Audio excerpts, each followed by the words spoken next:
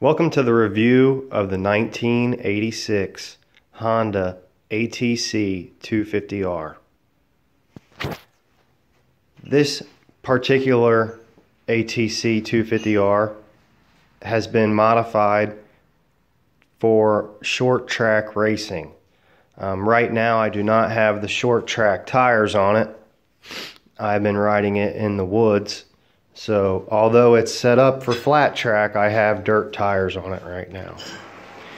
So some of the things to know about the Atc250r is if you're a bigger guy or a taller guy, it's a little cramped. I don't know if all the three-wheelers are that small, but I've heard that the Yamaha triz is slightly larger than this, so that may be a better trike for some of you bigger guys, although bigger guys do race these. So there's a couple guys that race these that are bigger. But anyway, about this bike, I have a aftermarket stock length swing arm. I don't have really good lighting. Hold on a second. Okay, that's better. So anyway, it has an aftermarket chromoly swing arm. It's a lonestar swing arm. It has a an aftermarket rebuilt. It's a stock shock, but it's been modified by Rocket Ron Racing.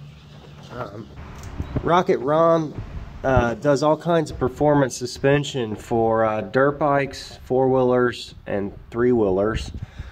He's done an excellent job on this rear stock shock. I don't know exactly what he's done to it, but I know it has 2 springs on it, so it's a dual rate spring, and it's set up for my weight, and I think it has some different valving in it. I'm also running a adjustable clevis on my suspension. I know it's kind of hard to see, but there's an adjustment right there. You can adjust the swing arm or the ride height of the rear end. I'm running a 38 millimeter aftermarket carburetor.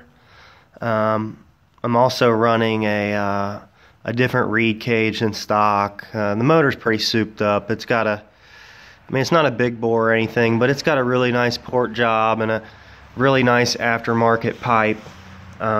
It's a klemm pipe. I have a different shifter on there. These MSR clutch levers, they're cheap. They're really nice clutch levers. They have a really nice pull, and they have a nice little adjustment on there. I run those on quite a few different bikes I have, and I really like that clutch lever for a regular cable style clutch. If you can, the thing that makes this different than a regular Atc250r is the ability to turn the steering wheel almost totally 90 degrees. And this allows you to counter steer the bike going into turns. If you're only going to be doing woods racing and motocross, I don't really know if you need that. I think it could help on the motocross track, but I've yet to really get this thing out on the motocross track and really, I've only played around with it on the track somewhat. So things to know about the Atc250r. One of the things to know is they're starting to kind of grow in popularity, and the parts are starting to get a little bit more expensive for the stock OEM parts. As far as aftermarket support, you can get all kinds of parts for this bike.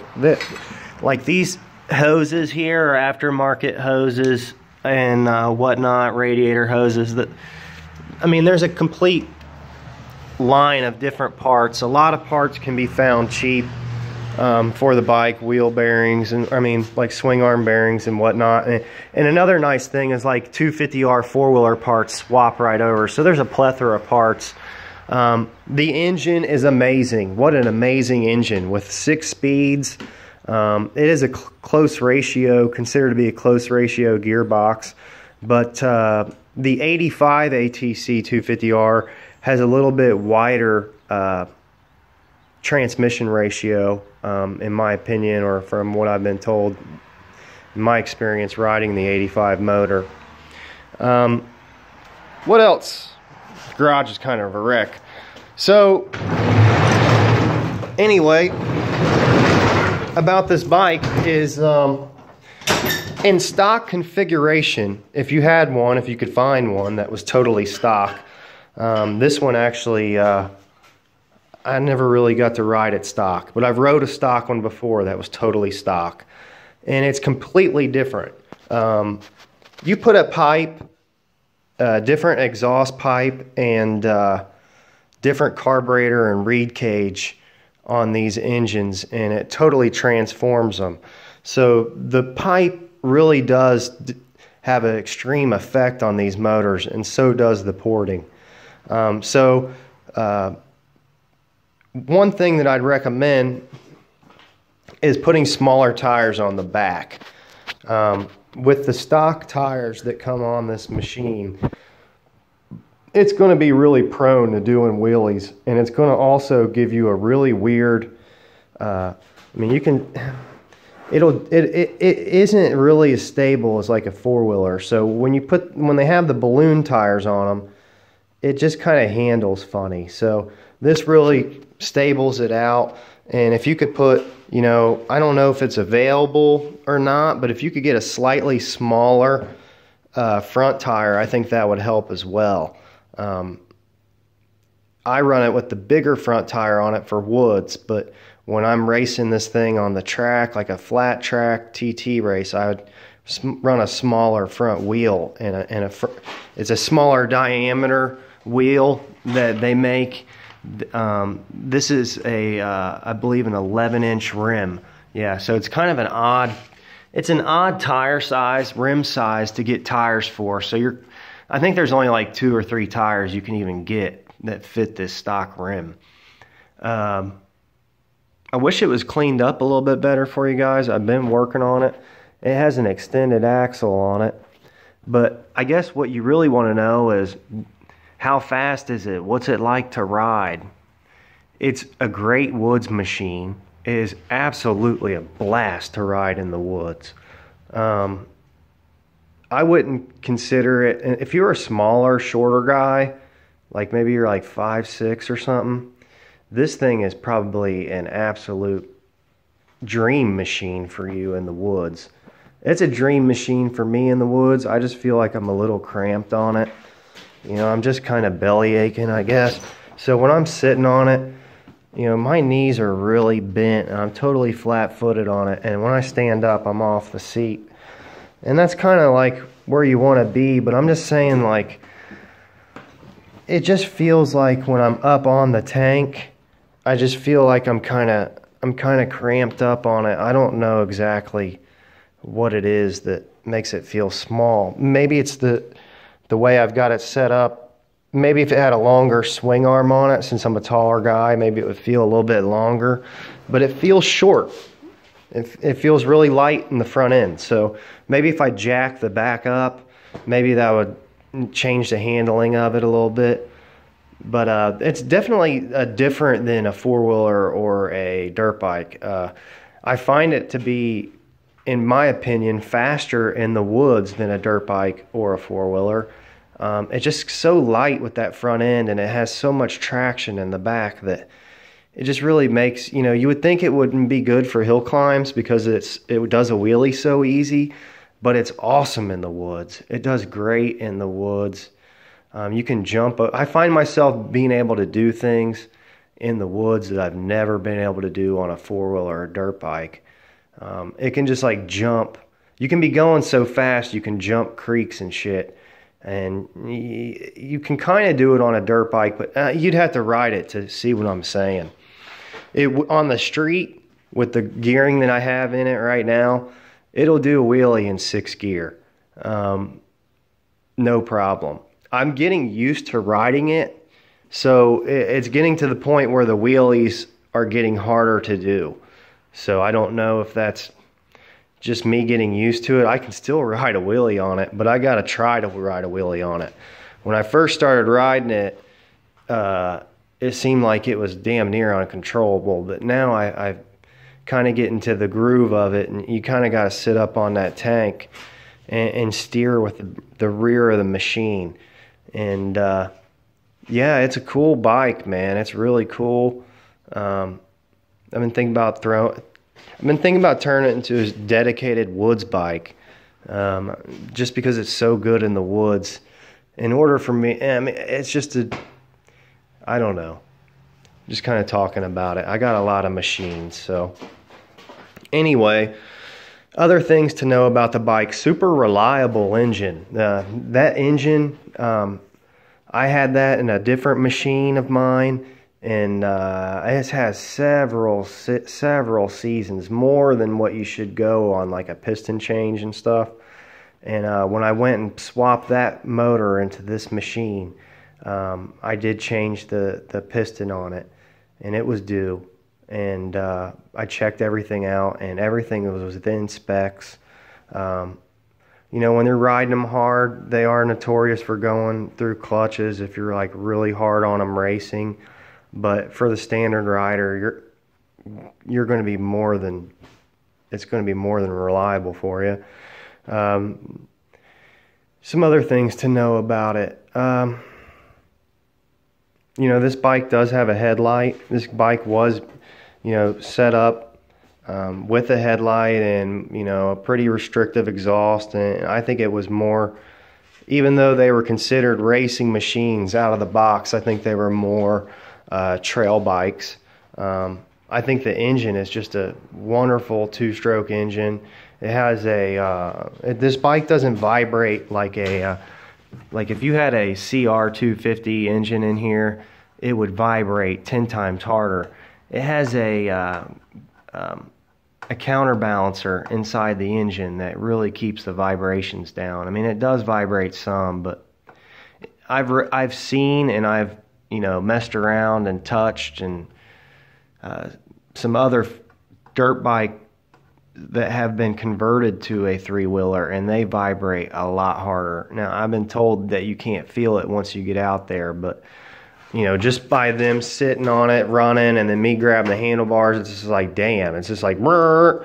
And so this bike's really smooth, and I think that motor, properly built up, is probably one of the best engines you can get, because you can put a 310 on there, a 363. There's multiple bore sizes, and you throw a different jug on this thing, and it's just a different machine. And they're just really neat. It's really light, and it's a lot lighter than the four-wheeler version. I'll be making a review of the four-wheeler version soon. You know, I guess I could start it up for you, but I don't really know why I'd need to do that. There's another video of it running, kind of a walk around. But I really like the bike. It is a little bit harder to work on than a dirt bike or a four-wheeler, in my opinion. I mean, maybe if you do all nothing but three-wheelers, maybe these are cake to you, but it was a little hard for me. I pretty much got this bike in boxes, so I had to assemble it all from scratch, and you know, it wasn't easy. Some of the things like putting on the radiators and getting all that stuff right, and was a little bit tricky getting the stuff together there. And so it's like it's a weird thing. It's half dirt bike, half four-wheeler. It's definitely unique. You can definitely, you know, I can see why they were illegalized, you know, outlawed, or why they quit building them, but they sure are fun. And you know, don't let people sit there and tell you, you know, that they're not so damn dangerous that somebody that rides within their skill level shouldn't be on one. I mean, you put a 12-year-old kid on this thing and he's going to kill himself. I mean, that's just all there is to it. And those are the kind of situations that occurred and why these things were outlawed. Is little Johnny, 12-year-old, got his hands on this thing, and little Johnny could shift and hit the brakes and fit it, but he couldn't control the power. This thing's just a absolute blast to ride. It has plenty of power. You know, I couldn't imagine, you know, any more power on it. I mean, you could use more power in the woods, I guess, but you couldn't use more power anywhere else but the motocross track. I mean, it's got plenty of power with just a pipe and a ported out stock cylinder and a, you know, an airbox mod or whatever. It's pretty fast. With the pipe that I have on it, I kind of review that separately, I guess, but I have the Klemm research pipe. This is an old racing pipe. I was under the impression it was going to be more of a top-end pipe, and that's what I was looking for, but it's actually more of a low-range pipe, in my opinion. It's a great woods pipe. It looks really good. It sounds really good, but I just feel like it develops the power band a little bit lower than the last. I had that on a different bike, and it had a different pipe on it, and it was totally changed the characteristics of the bike by changing the pipe. It had more of a mid-range hit, and I wanted to get that power band up higher, so when it's on the flat track, I can scream it a little bit more, because this one doesn't really like to be screamed right now. But what else? It's reliable. There's plenty of parts. It does wheelies really good. It's totally customizable. It's really neat. You know, you can get a headlight for it. I believe you can get them street legalized. I'm going to try to get this one plated if I can here in Ohio. It's missing a couple parts right now. It's not 100% done. You know, I want to get some red plastics on it and a different seat cover and maybe a different seat. But aside from that, I mean, it's pretty much well put together. I mean, you know how it is. You always aren't done modding these bikes, but I'm going to take the seat off. The seat comes off pretty easy, and you can kind of get an idea of what I'm saying with it being small. It's smaller than a four-wheeler. I've been experimenting with different air filter and, you know, trying to change the power band, because depending on whether you run the filter through here or whether you run it through there can change the way the power band comes on a little bit. So yeah, I'm happy with the bike. If you have any questions, I'll try to answer them. Thanks for checking out the channel. I'm new. Please give me a like or a subscription, and I'll leave you with one last thing. When you get these short track gas tanks, make sure you get the different triple trees, because I believe they may change the rake, but they definitely allow it to steer further.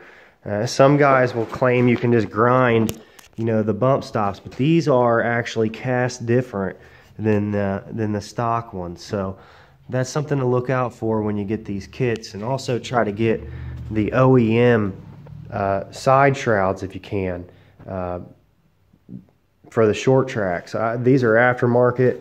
They don't really fit that great. You can't tell in the videos, but they don't really match that good. It's a little bit different quality plastic. But yeah, it's pretty cool, guys. And maybe I'll get some video of it. There's some videos of me, some other guys racing these trikes, and there's a 450. A lot of guys are running 450 motors in these things, believe it or not, and they crank, man. I mean, if you think you can hold on with a 450 motor, that totally changes the machine altogether. I mean, then it just becomes just an absolute animal. So that's my review of the 1986 250R. Great trail bike. It can be a great all-around bike. It has the potential to be street legalized since it has 3 wheels. It can, You know, it's easier to get. You could get it dual sported kinda, and ultra reliable. You could cruise it in 6th gear on the street, or you can hold it pin 6th gear. It's you know, if you can. That's what's cool about this bike, is it can be tuned for any kind of racing. So if you wanted to desert race it, put a bigger seat on it, you know, different suspension, and bam, now it's a desert bike. Do a little bit different pipe and this and that, and bam, it's a woods bike. Do a little bit different wheels and tires, now it's an ice racing bike or a motocross bike. So I know a lot of guys that'll have multiple sets of forks and multiple sets of front wheels, and then they can just change their rear clevis height, ride height, and then they change out their forks, and now they just change out tires and forks, and they got like 6 bikes in one. So, and they can change the pipe on any day and get a totally different performing machine just by doing a couple swaps. And you know, like I said, parts aren't too expensive unless you're looking at the ultra high-end 250R parts. There are ultra high-end, like custom-made $800 exhausts, and there's, you know, a bunch of different $1,500 cylinders, and you know, you can really go all out on these bikes. I mean, you could spend 30-40 grand on one of these if you really wanted to.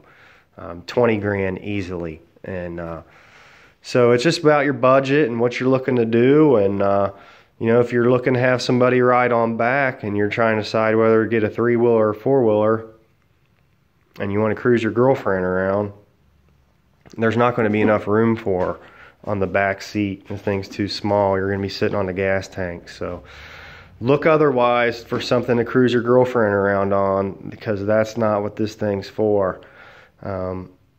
It's a high performance racing machine that, you know, that's what it is. Is it a trail bike? Yeah, it's a high performance trail bike. You better know how to ride it. It doesn't have a power valve stock, so it's just a regular. However you got it ported, that's gonna, you know, it's not very smooth. It's not a KTM 300 or a KDX 220 power wise. It's more like a CR 250 power wise with the pipe on it, and the stock restrictive pipe on it. It is more of a trail machine, but like I said, it can be tuned for anything, and it's a really neat bike. I like it, and it's really fun. So anyway, guys, have a great day, and thanks for checking out my video.